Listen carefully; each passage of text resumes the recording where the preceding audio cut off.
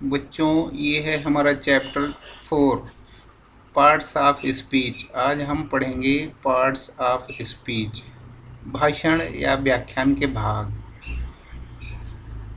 हिंदी में parts of speech 5 प्रकार के होते हैं, किंतु अंग्रेजी में पार्ट्स ऑफ स्पीच 8 प्रकार के होते हैं। Words are divided into different kinds or classes called parts of speech. शब्दों को उनके प्रयोग के अनुसार विभिन्न प्रकारों या वर्गों में विभाजित किया जाता है, जिन्हें शब्द भेद अथवा भाषण या व्याख्यान के भाग पार्ट्स ऑफ स्पीच कहा जाता है। According to their use, that is, according to the work they do in a sentence, the parts of speech are 8 in number. Noun, adjective, pronoun, verb, adverb, preposition, conjunction and interjection. Hindi में parts of speech मात्र 5 होते हैं: संज्ञा, सर्वनाम, क्रिया, विशेषण और अव्यय। अब हम नाउन के विषय में जानेंगे। A noun is a word used as the name of a person, place or thing. Noun वो शब्द है जो किसी व्यक्ति विशेष, स्थान या वस्तु के नाम के रूप में प्रयुक्त होता है। जैसे Ashok was a great king, Ashok एक महान राजा थे। Kolkata is on the bank of Hooghly, the rose smells sweet, the sun shines bright, his courage won him honour. इसमें जो वर्ड्स बोल्ड में लिखे गए हैं ये सारे नाउन को इंडिकेट करते हैं, नाउन दर्शाते हैं। The word thing includes all objects that we can see, hear, taste, touch और smell. Something that we can think of but cannot perceive by the senses.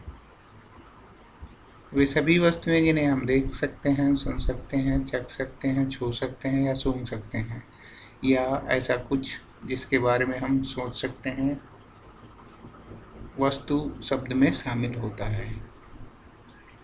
अब हम देखेंगे adjective. What is an adjective? An adjective is a word used to add something to the meaning of a noun. Adjective अर्थात विशेषण वो शब्द होता है जो कि नाउन के अर्थ में कोई मीनिंग जोड़ देता है। विशेषण वो शब्द है जिसका प्रयोग संज्ञा के अर्थ में कुछ जोड़ने के लिए किया जाता है। जैसे he is a brave boy, कैसा लड़का है? ब्रेव लड़का है। सो ब्रेव यहाँ पे एडजेक्टिव है। There are 20 boys in this class. इस क्लास में कितने बच्चे हैं?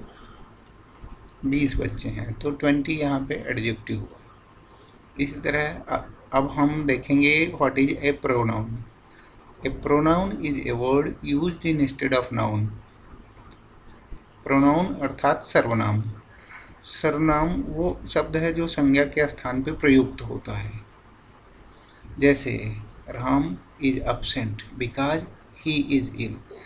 यहाँ ही जॉन या राम के लिए प्रयोग हुआ है, इसलिए यहाँ ही प्रोनाउन है। The books are where you left them. किताबों के लिए देम का प्रयोग है, इसलिए यहाँ पे देम प्रोनाउन है। अभी हम जानेंगे वर्ब के विषय में। What is a verb? Hindi में इसे क्रिया कहा जाता है। A verb is a word used to express an action और स्टेट। क्रिया वो एक शब्द है जिसका उपयोग व्यक्ति और क्रिया अवस्था के लिए किया जाता है। जैसे the girl wrote a letter to her cousin. Wrote यहाँ पे वर्ब के रूप में प्रयोग हुआ है। Kolkata is a big city, यहाँ पे इज ऑक्सिलरी वर्ब है। Iron and copper are useful metals, यहाँ आर वर्ब की तरह यूज हुआ है। अभी हम आगे देखेंगे व्हाट इज एन एडवर्ब। क्रिया विशेषण। एडवर्ब इसके मीनिंग से ही पता चलता है, क्रिया की विशेषता बतलाता है, वर्ब की विशेषता बतलाता है। आता है An adverb is a word used to add something to the meaning of a verb, an adjective or another adverb. क्रिया विशेषण एक ऐसा शब्द है जिसका प्रयोग किसी क्रिया विशेषण या किसी अन्य क्रिया विशेषण के अर्थ में कुछ जोड़ने के लिए किया जाता है। जैसे he worked the sum quickly, उसने सम किया, कैसे किया? क्विकली किया। अतः यहाँ पे क्विकली एक एडवर्ब की तरह यूज़ हुआ है। जैसे this flower is very beautiful, यहाँ ब्यूटीफुल तो वर्ब है, लेकिन ब्यूटीफुल एडजेक्टिव है, बट उसके मीनिंग में कैसा फ्लावर है? Very beautiful. अतः वेरी जो है यहाँ पे एडवर्ब की तरह प्रयोग हुआ है। जैसे she pronounced the word quite correctly, यहाँ क्वाइट एक एडवर्ब की तरह यूज़ हुआ है। अभी हम देखेंगे व्हाट इज ए प्रीपोजिशन।